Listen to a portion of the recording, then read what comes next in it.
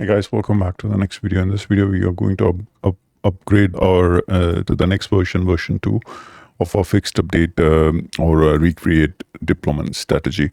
So now for this, all I have to do is like edit the strategy file, the Sterling FU prod web deploy.yaml file. And this file is what I'm going to change is basically the version label to 2 and also the image name to 2 as well. So now when I deploy this, it's going to install a new image here on the version 2, as in like it's going to tag that in this, and then you can see the migration happening while this is getting getting deployed. So let's save and quit this file and then let's do the apply FNF, and then I'll be ready with my for command. So let me clear the screen. Yeah, so I'm ready with the for command. So it's basically enter here, enter here. You can see that it's completely gone. There was a bit of a downtime, as you can see there. So the moment I enter it, so it terminated the entire, the entire replica set, and then it started a new replica set, and then it just gave up, started up this one. And there was a huge downtime here, as you can see. But then there was no version 1 repeated. So the moment I enter it, the version 1 is gone. So there was, for a couple of seconds, you can see that there was this none. So which means that tells you that there is nothing running. That there was, of course, there was pods, but then nothing was in the running state because the scheduled check was going on the readiness probe, which actually holded off the startup of the pod to a little bit of time, so that it just made sure that the readiness is all okay. And that's because of that you see a little bit of downtime. There was nothing available at this moment, so you can see that there was no pods running at this moment, and there's a complete downtime there for a couple of seconds. And then one came up, one pod came up, and then 3 pods came up. So for like 3 to 5 seconds, there was like completely down.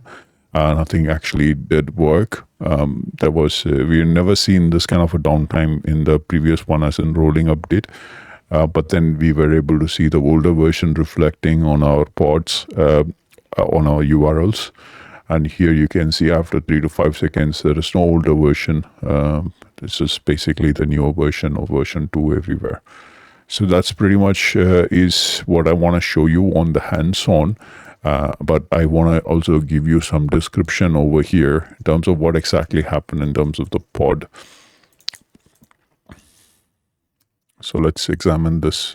Very important for us to understand this. So here you can see that this container created successfully. You can see that the image is already present, so it's going to use the same image, and then you can see that it started the container. Pretty much that is what we have seen. And then in terms of RS description, let's take the RS, and then let's just examine this RS one more time. So it is a new RS over here. You can see that this RS is creating pods over here. So that's basically what we wanted to do. The major information will be from your deploy, because that's the one which has actually, it's available throughout this entire deployment process. So you can see here. So what it is like, this is the first thing where it happened when we created this particular deployment. So this is basically, creating a replica set and saying it to set it to 3. And then here, the same replica set is set it to 0. So you can see that it has made it to 0 from 3. And then the new one is set to 3. So that's the reason for your downtime there. But this is supposed to happen if you're using this method of deployment. So this is the disadvantage of using this deployment. But then the advantage of this is that even though there is a 2-3 seconds of a downtime, the customers will not be seeing the older version of your application anymore. They might not even see anything at that moment for a couple of seconds until your 5 to 10 seconds until your application or your pods comes up. Thank you again for watching this video. I hope that this was useful enough to understand about this particular deployment. On the next video, we're going to talk about a completely new deployment method which requires a service load balancer for you to effectively use that method of deployment. So we will look at the load balancer method and then we'll go to that deployment pattern. Thank you again for your time and patience.